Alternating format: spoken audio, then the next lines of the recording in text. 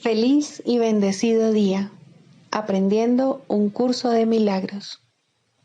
El secreto de la verdadera oración es olvidarte de las cosas que crees necesitar. Pedir algo específico es igual que ver el pecado primero y luego perdonarlo. Del mismo modo, al orar pasas por alto tus necesidades específicas, tal como las ves, y las dejas en manos de Dios.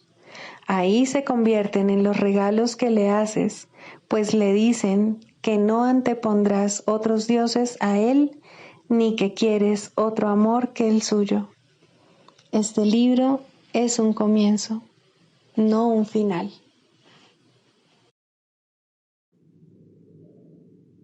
Del prefacio, que postula, párrafo 10.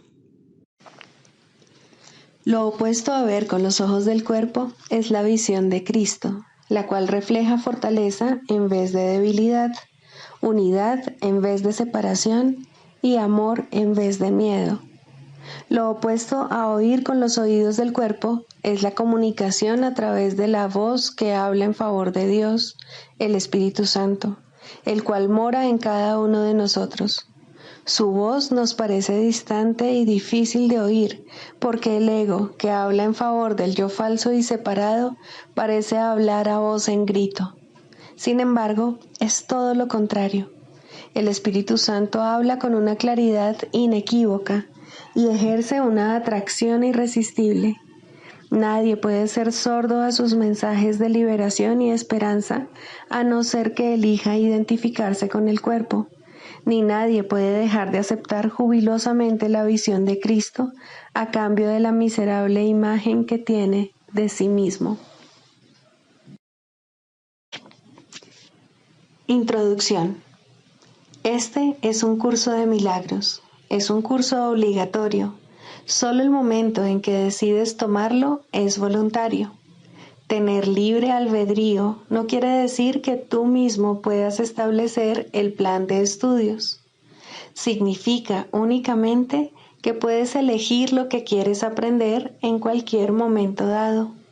Este curso no pretende enseñar el significado del amor, pues eso está más allá de lo que se puede enseñar. Pretende, no obstante, despejar los obstáculos que impiden experimentar la presencia del amor, el cual es tu herencia natural. Lo opuesto al amor es el miedo, pero aquello que todo lo abarca no puede tener opuestos. Este curso puede, por lo tanto, resumirse muy simplemente de la siguiente manera. Nada real puede ser amenazado. Nada irreal existe. En esto radica la paz de Dios. Capítulo 1. El significado de los milagros.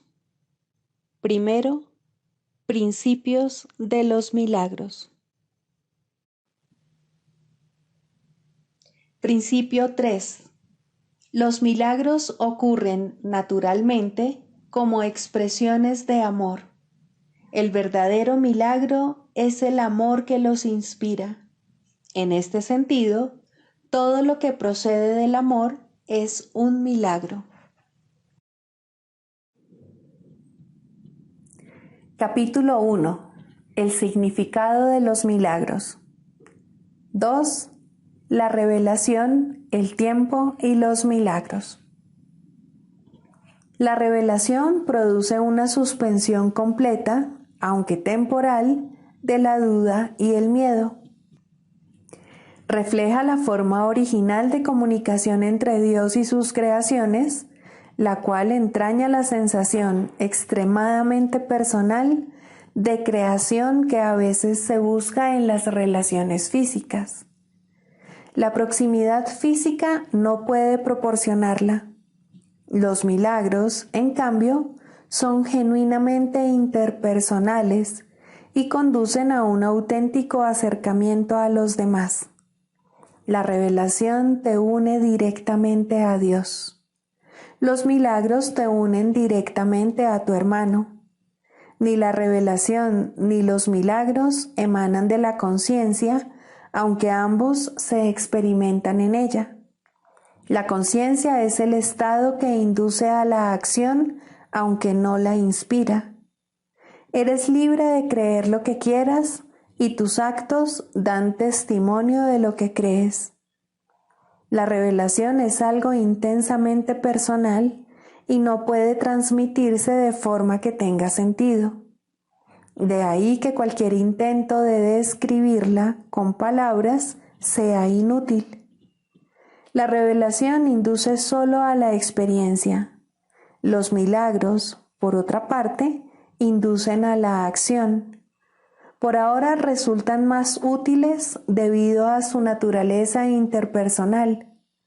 En esta fase del aprendizaje, obrar milagros es importante porque no se te puede forzar a que te liberes del miedo. La revelación es literalmente inefable porque es una experiencia de amor inefable. La reverencia se debe reservar solo para la revelación a la que se puede aplicar perfecta y correctamente.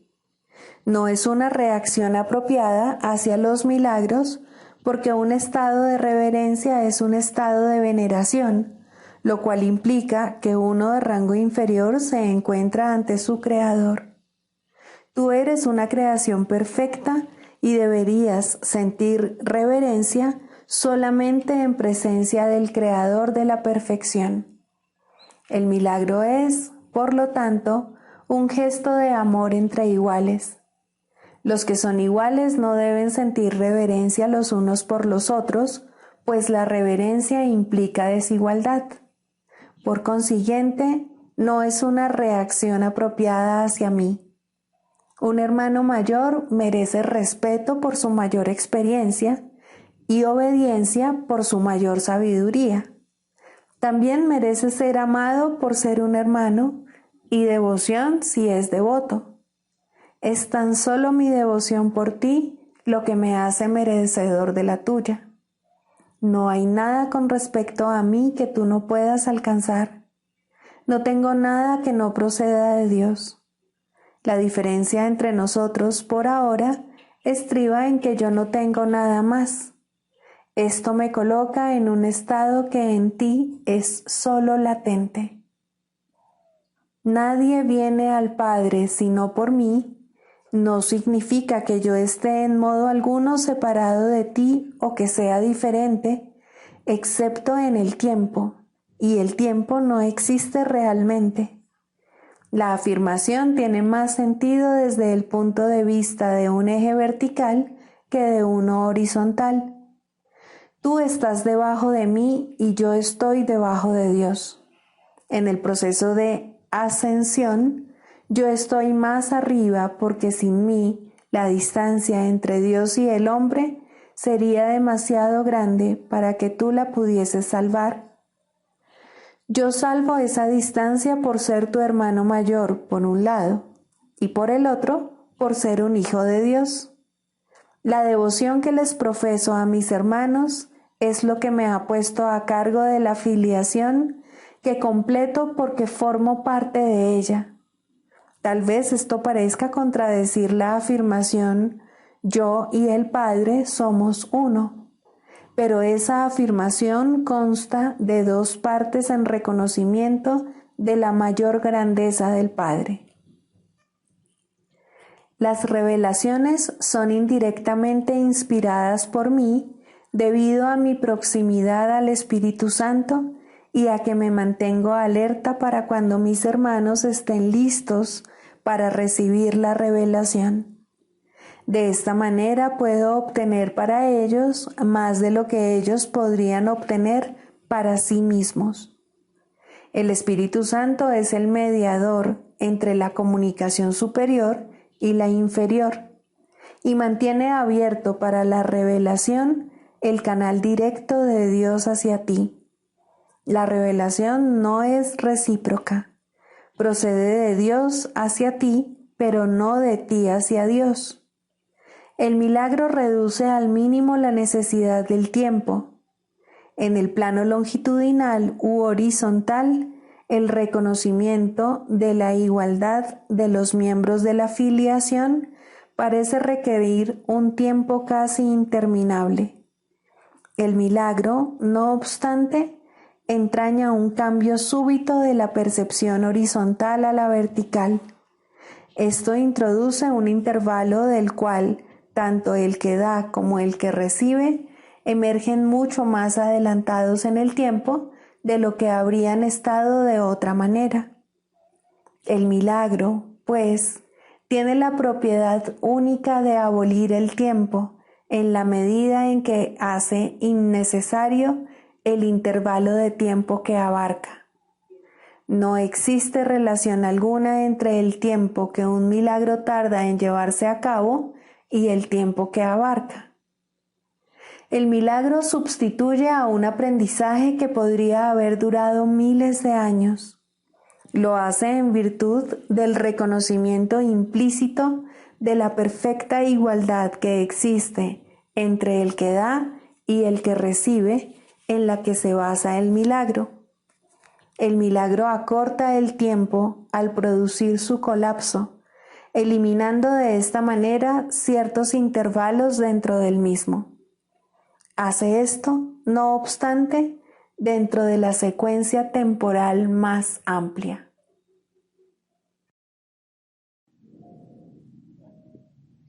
Libro de ejercicios, lección 125. En la quietud recibo hoy la palabra de Dios. Deja que hoy sea un día de quietud y de sosegada escucha. La voluntad de tu Padre es que hoy oigas su palabra. Por eso te llama desde lo más recóndito de tu mente, donde Él mora. Óyele hoy.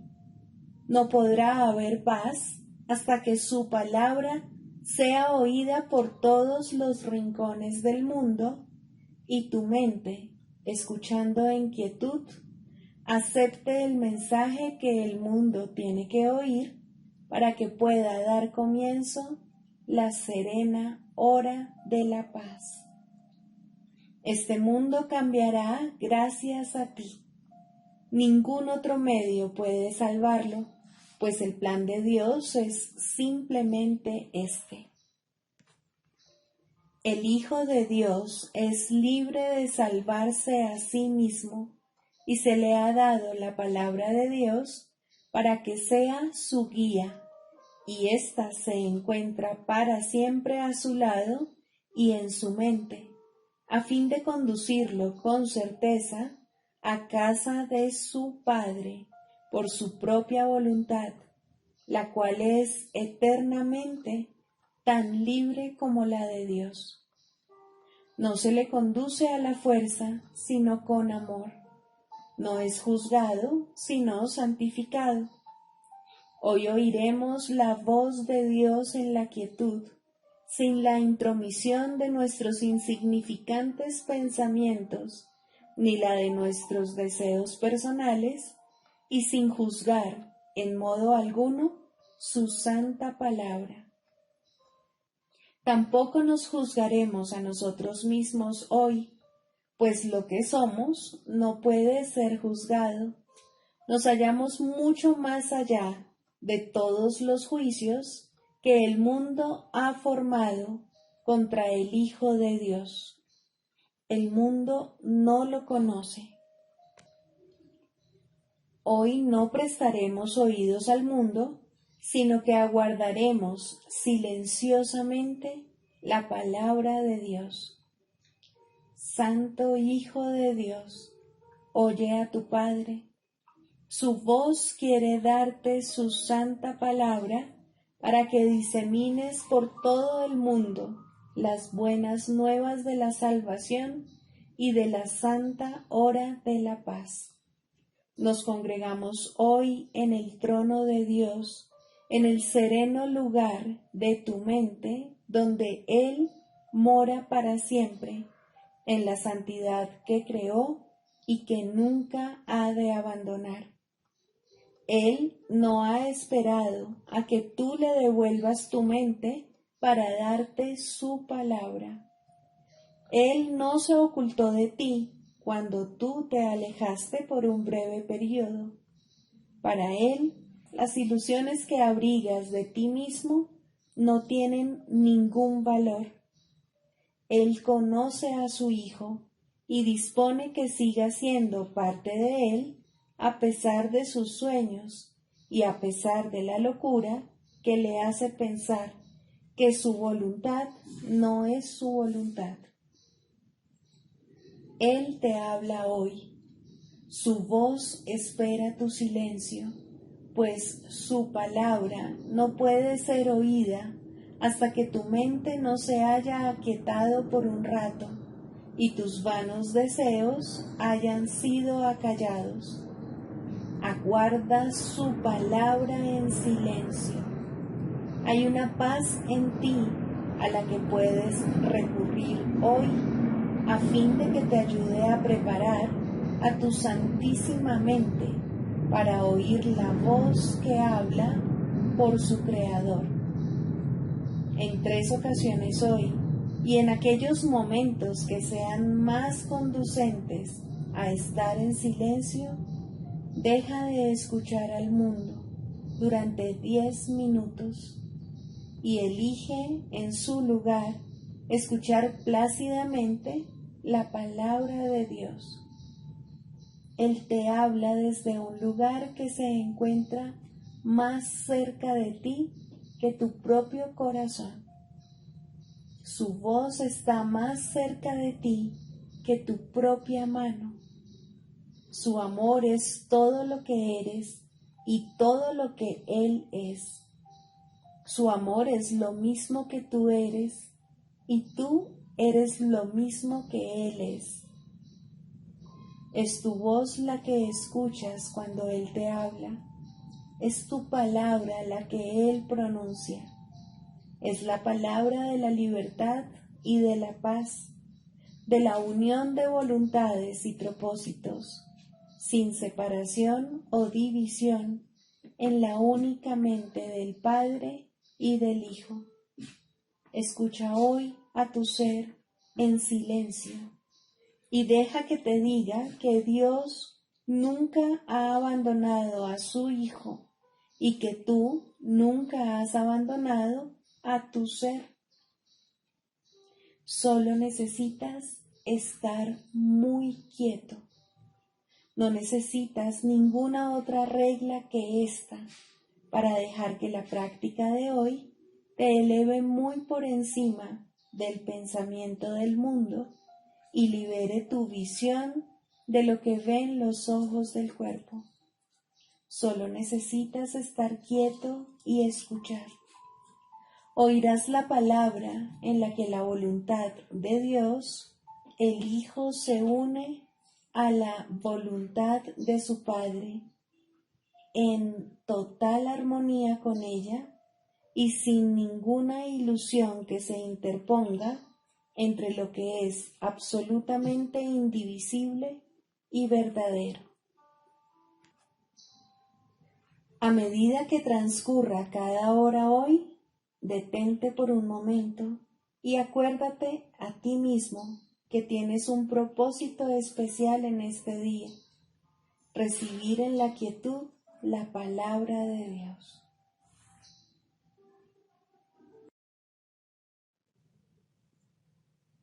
Del Manual para el Maestro, pregunta 4.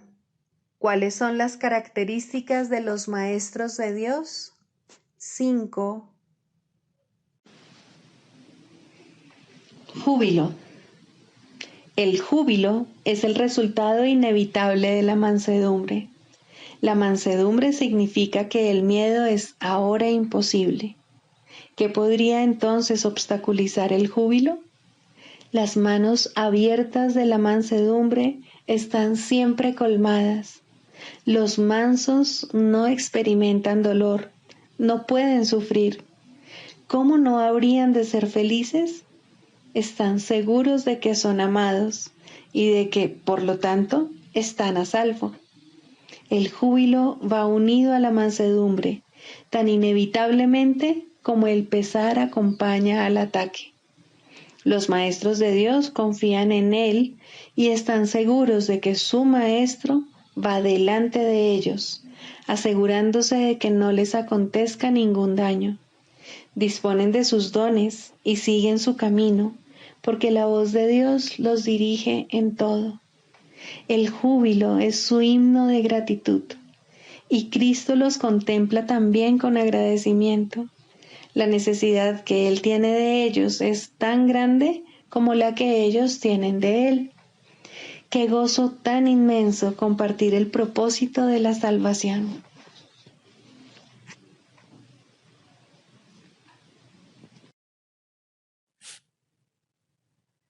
Manual para el maestro.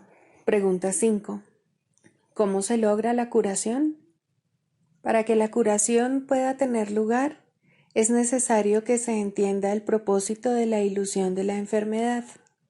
Sin ese entendimiento, la curación es imposible. Primero, el propósito de la enfermedad.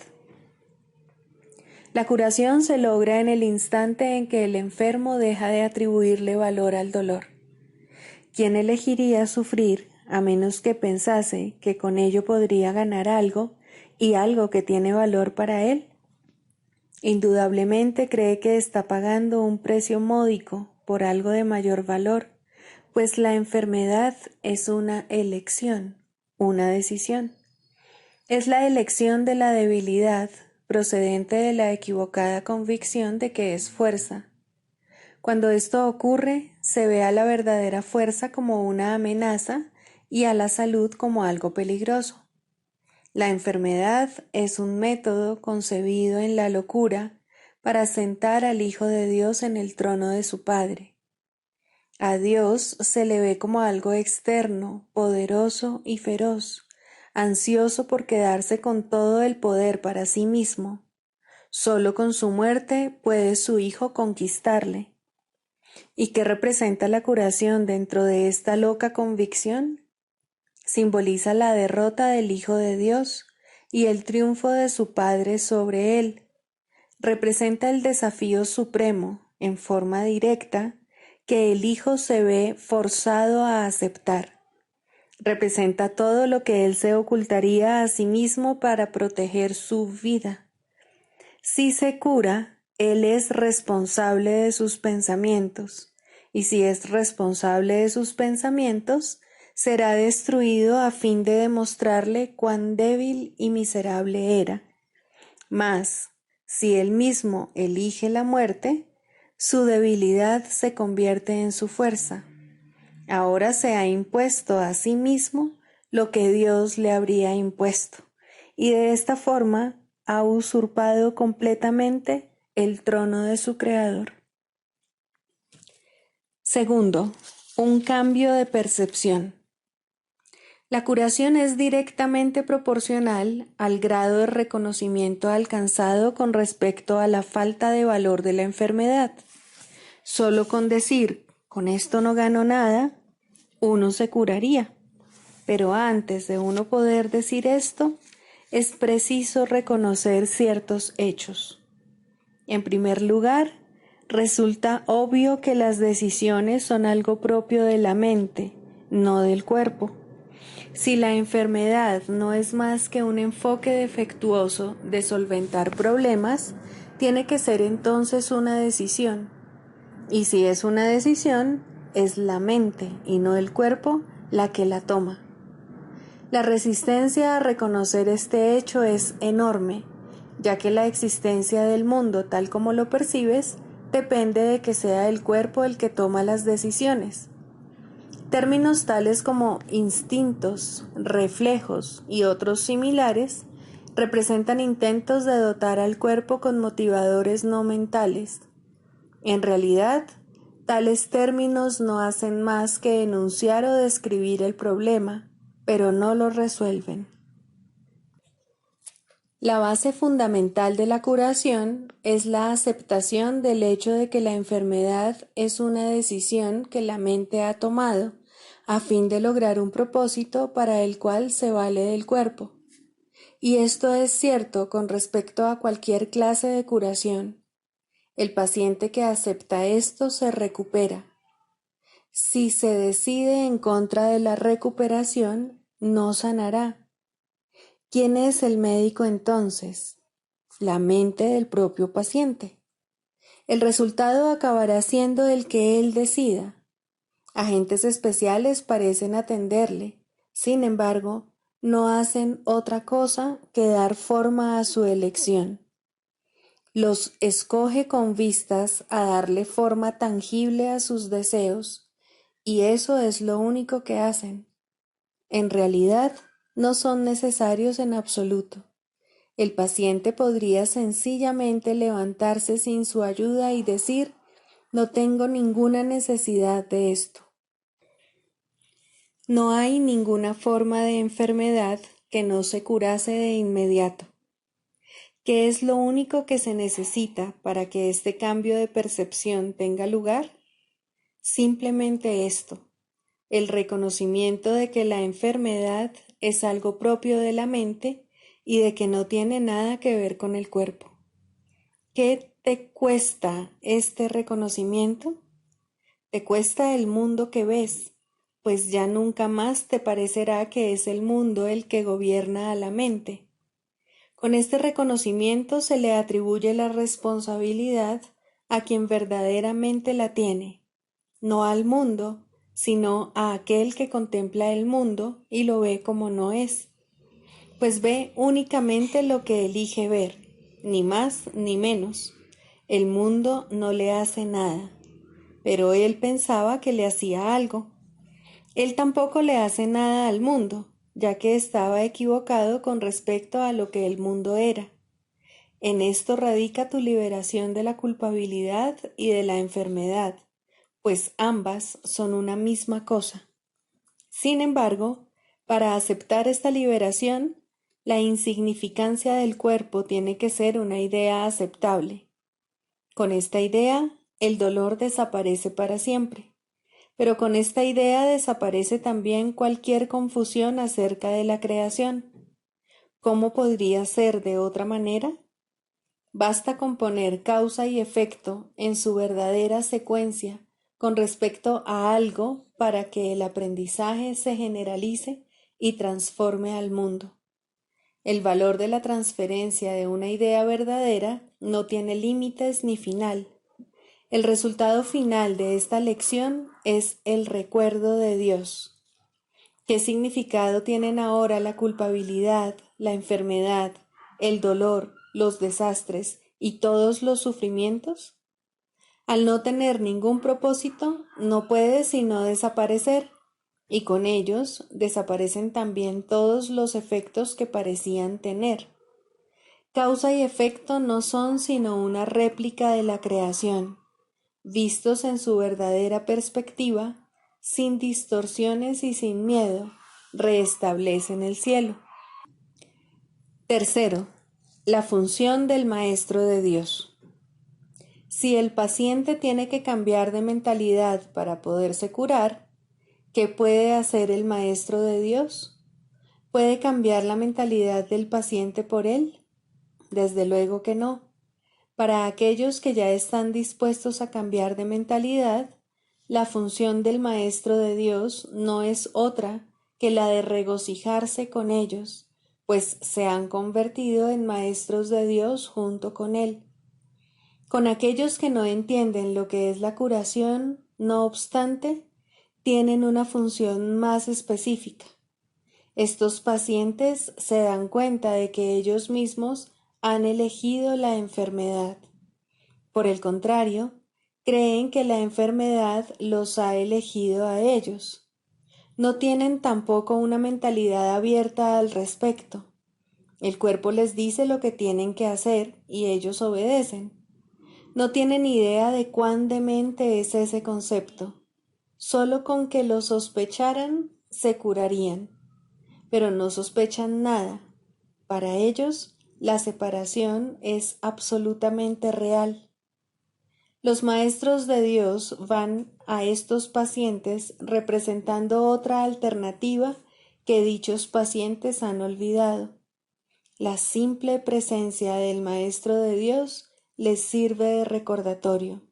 Sus pensamientos piden el derecho de cuestionar lo que el paciente ha aceptado como verdadero. En cuanto que mensajeros de Dios, los maestros de Dios son los símbolos de la salvación. Le piden al paciente que perdone al Hijo de Dios en su nombre. Representan la alternativa. Con la palabra de Dios en sus mentes vienen como una bendición, no para curar a los enfermos, sino para recordarles que hay un remedio que Dios les ha dado ya. No son sus manos las que curan, no son sus voces las que pronuncian la palabra de Dios, sino que dan sencillamente lo que se les ha dado y exhortan dulcemente a sus hermanos a que se aparten de la muerte. He aquí, Hijo de Dios, lo que la vida te puede ofrecer. ¿Prefieres elegir la enfermedad en su lugar? Los maestros de Dios avanzados no toman en consideración ni por un instante las formas de enfermedad en las que sus hermanos creen. Hacerlo sería olvidar que todas ellas tienen el mismo propósito y que, por lo tanto, no son en modo alguno diferentes. Los maestros de Dios tratan de oír la voz de Dios en ese hermano que se engaña a sí mismo hasta el punto de creer que el Hijo de Dios puede sufrir, y le recuerdan que Él no se hizo a sí mismo y que aún es tal como Dios lo creó. Los maestros de Dios reconocen que las ilusiones no pueden tener efectos. La verdad que se encuentra en sus mentes se extiende hasta la verdad que se encuentra en las mentes de sus hermanos y de este modo no refuerzan sus ilusiones. Así, éstas se lleven ante la verdad no se lleva ante ellas. Y de esta manera se disipan, no por medio de la voluntad de otro, sino por medio de la única voluntad que existe en unión consigo misma. Esta es la función de los maestros de Dios, no ver voluntad alguna separada de la suya, ni la suya separada de la de Dios.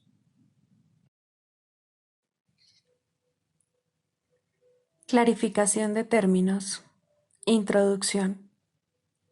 Este no es un curso de especulación filosófica, ni está interesado en una terminología precisa.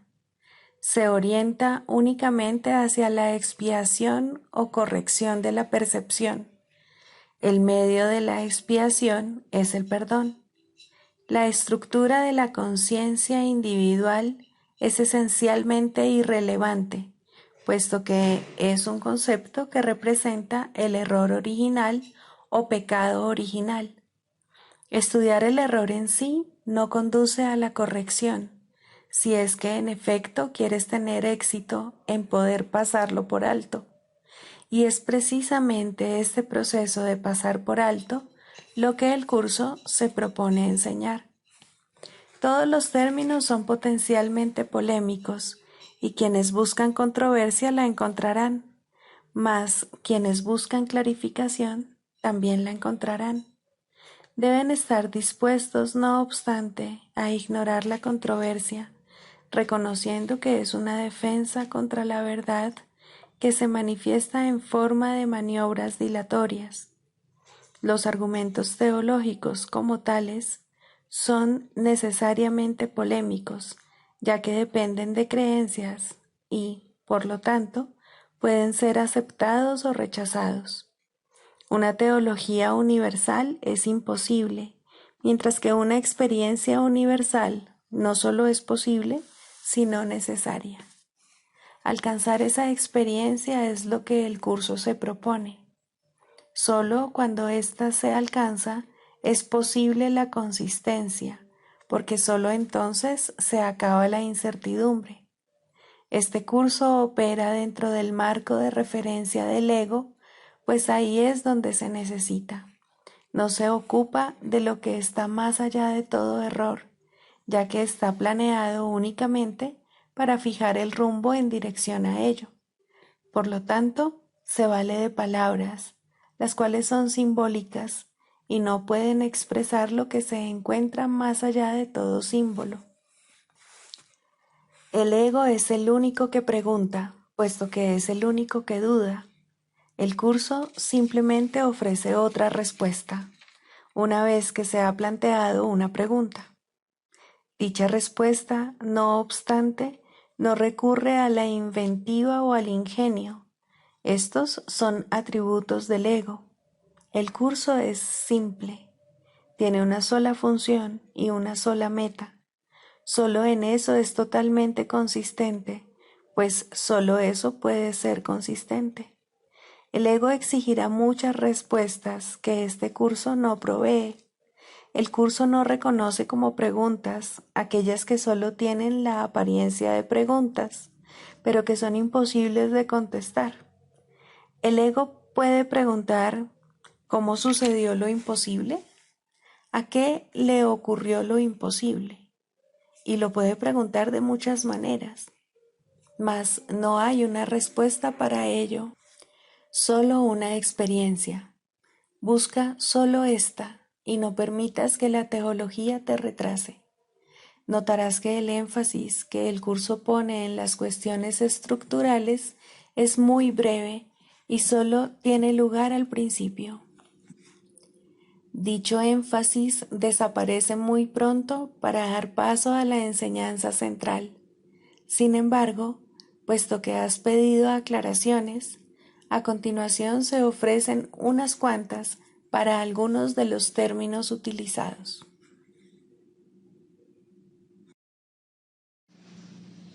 El proceso de la psicoterapia. Séptimo, la relación paciente-terapeuta ideal. ¿Quién es entonces el terapeuta y quién el paciente? Al final, todo el mundo desempeña ambos papeles. Aquel que necesita curación debe curar. Médico, cúrate a ti mismo. ¿Quién más, sino tú, necesita curarse? ¿Quién más, si no, necesita curación? Cada paciente que acude a un terapeuta le ofrece a éste la oportunidad de curarse a sí mismo. Por lo tanto, es su terapeuta, y cada terapeuta debe aprender a curarse con cada paciente que acude a él. De esta manera, el terapeuta se convierte en el paciente. Dios no sabe nada de separación. Lo único que sabe es que tiene un hijo. Su conocimiento se ve reflejado en la relación paciente-terapeuta ideal. Dios acude a aquel que lo llama y éste se reconoce a sí mismo en él. Piensa detenidamente, maestro y terapeuta, por quién oras y quién es el que necesita curación, pues la terapia es oración y la curación es su mira y su resultado. ¿Qué es la oración sino la unión de mentes en una relación en la que Cristo puede entrar a formar parte? Esa es su morada, a la que la psicoterapia lo invita. ¿Qué sentido tiene la curación de un síntoma si siempre hay otro que se puede elegir? Mas una vez que Cristo ha entrado, ¿qué otra elección hay, salvo permitir que se quede? No hay necesidad de más, pues eso es todo. Ahí está la curación, la felicidad y la paz. Estos son los síntomas de la relación paciente-terapeuta ideal, que reemplazan a aquellos con los que el paciente llegó cuando vino pidiendo ayuda. El proceso que realmente tiene lugar en esa relación es uno en el que el terapeuta le dice de todo corazón a su paciente que todos sus pecados han sido perdonados junto con los propios. ¿Qué diferencia hay entre la curación y el perdón? Solo Cristo perdona, pues conoce su falta total de pecado. Su visión sana la percepción y la enfermedad desaparece, pues una vez que su causa ha sido eliminada, no vuelve a presentarse más. Para que esto tenga lugar, no obstante, se necesita la ayuda de un terapeuta muy avanzado, capaz de unirse al paciente en una relación santa, en la que todo sentido de separación finalmente se supere. Para ello se requiere una cosa y solo una: que el terapeuta no se confunda a sí mismo con Dios en modo alguno. Todo sanador no sanado cae en esta confusión fundamental de una u otra forma al considerarse como su propio creador en lugar de creado por Dios. Rara vez, si acaso, es esta una confusión de la que es consciente, o el sanador no sanado se convertiría instantáneamente en un maestro de Dios y consagraría su vida a la verdadera curación. Antes de llegar a este punto, pensó que estaba a cargo del proceso terapéutico y que, por lo tanto, era responsable de sus resultados. Los errores del paciente se convirtieron así en sus fracasos, y la culpabilidad se convirtió en la cubierta, obscura y fuerte, de lo que debía ser la santidad de Cristo. La culpabilidad es inevitable para aquellos que se valen de su propio juicio al tomar decisiones. La culpabilidad es imposible para aquellos a través de los cuales habla el Espíritu Santo.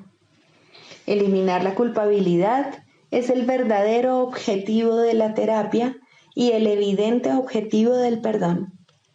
En esto su unicidad se puede apreciar claramente, mas ¿cómo podría experimentar el final de la culpabilidad quien se siente responsable de su hermano en el papel de guía suyo? Tal función presupone un conocimiento que nadie aquí puede tener, una certeza del pasado, del presente y del futuro, así como de todos los efectos que en ellos puedan ocurrir. Solo desde esta perspectiva omnisciente podría ser posible semejante función, mas ninguna percepción es omnisciente, ni es el diminuto yo de uno solo contra el universo capaz de asumir que posee tal sabiduría, excepto en la locura. Que muchos terapeutas están locos es obvio. Ningún sanador no sanado puede estar completamente cuerdo. No obstante, es tan demente negarte a aceptar una función que Dios te ha encomendado, como lo es inventar una que Él no te dio. El terapeuta avanzado en ningún caso puede dudar del poder que hay en él, ni tampoco de la fuente de ese poder. Comprende que todo poder en la tierra y en el cielo le pertenece por ser quien es. Y Él es quien es debido a su Creador, cuyo amor reside en Él y quien jamás puede fallar. Piensa en lo que esto significa. Los regalos de Dios son suyos para dar. Sus pacientes son los santos de Dios, quienes invocan su santidad para hacerla suya. Y según Él las concede, ellos contemplan la radiante faz de Cristo, que, a su vez, los contempla a ellos. Los dementes, al creer que son Dios, no temen ofrecer debilidad al Hijo de Dios, y por esa razón lo que ven en Él en verdad los atemoriza. El sanador no sanado no puede evitar sentir miedo de sus pacientes y sospechar de su lealtad por la traición que ve en sí mismo. Intenta curar y en ocasiones tal vez lo consiga, Su éxito será limitado y de corta duración. No ve el Cristo en aquel que acude a él. ¿Qué respuesta puede dar aquel que parece un extraño, ajeno a la verdad y pobre en sabiduría, desprovisto del Dios que le debe ser dado? Contempla a tu Dios en él, pues lo que ves será tu respuesta. Piensa en lo que en realidad significa la unión de dos hermanos, y luego olvídate del mundo y de todos sus míseros triunfos, así como de sus sueños de muerte. Todos son uno y lo mismo, y ahora nada puede recordarse del mundo de la culpa. La habitación se transforma en un templo y la calle en un torrente de estrellas que, rozando suavemente, se desliza más allá de todos los sueños enfermizos. La curación se ha dado, pues lo que es perfecto no necesita curación. ¿Y que puede necesitar perdón allí donde no hay pecado? Siéntete agradecido, terapeuta, que puedes contemplar cosas como estas solo con entender tu verdadero papel. Si no lo haces, habrás negado que Dios te creó y por ende no sabrás que eres su hijo. ¿Quién es tu hermano ahora? ¿Qué santo puede venir para llevarte con él a casa? Has perdido el rumbo. ¿Cómo puedes ahora esperar ver en él una respuesta que te has negado a dar? Cura y cúrate. No hay otra alternativa que pueda jamás conducir a la paz. Deja entrar a tu paciente, pues viene a ti de parte de Dios. ¿No es acaso su santidad suficiente para despertar en ti tu memoria de Él? El canto de la oración. Primero, la causa de la enfermedad. No confundas el efecto con la causa, ni pienses que la enfermedad se encuentra aparte y separada de lo que no puede sino ser su causa. La enfermedad es una señal, una sombra de un pensamiento malvado que parece ser real y justo, de acuerdo con las normas de este mundo. Es la prueba externa de pecados internos y da testimonio de pensamientos rencorosos que hieren y procuran hacer daño al Hijo de Dios. Curar el cuerpo es imposible, y esto queda demostrado por la brevedad de la cura. El cuerpo acabará muriendo de todas maneras, y así lo único que hace su curación es demorar su retorno al polvo de donde nació y al que volverá. La falta de perdón del Hijo de Dios es la causa del cuerpo. No ha abandonado su fuente, y esto queda claramente demostrado por su dolor y envejecimiento y por la marca de la muerte que pesa sobre sí. El cuerpo les parece temeroso y frágil a quienes piensan que sus vidas están bajo su mandato y vinculadas a su inestable y nimio aliento. La muerte los contempla conforme cada momento que pasa se escapa irrevocablemente de sus avariciosas manos sin poderlos retener, y sienten miedo cuando se producen cambios en sus cuerpos y éstos enferman, pues sienten el fuerte hedor de la muerte en sus corazones. El cuerpo puede sanar como efecto del verdadero perdón. Solo eso puede traer el recuerdo de la inmortalidad, que es el don de la santidad y del amor.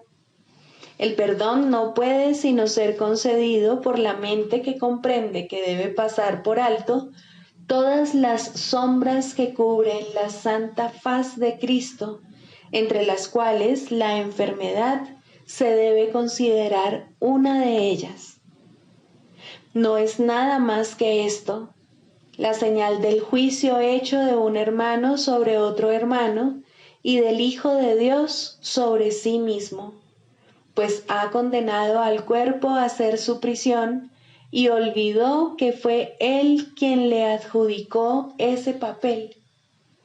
Lo que el Hijo de Dios ha hecho, ahora Él mismo tiene que deshacerlo, pero no solo, pues se desprendió de la llave de la prisión, su santa impecabilidad y el recuerdo del amor de su Padre. No obstante, se le ha dado ayuda a través de la voz que su Padre puso en él.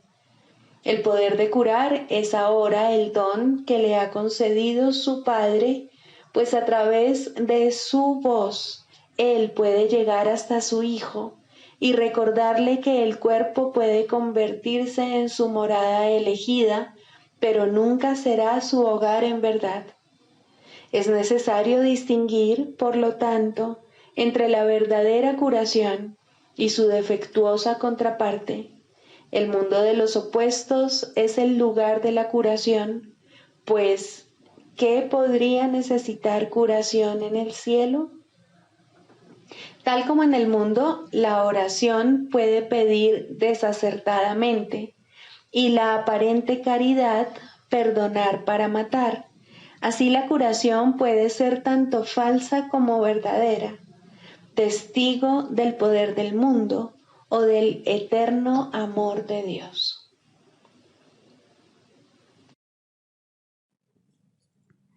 Sigamos a Jesús haciendo del perdón algo tan natural como respirar y algo tan vital como el aire. Amén.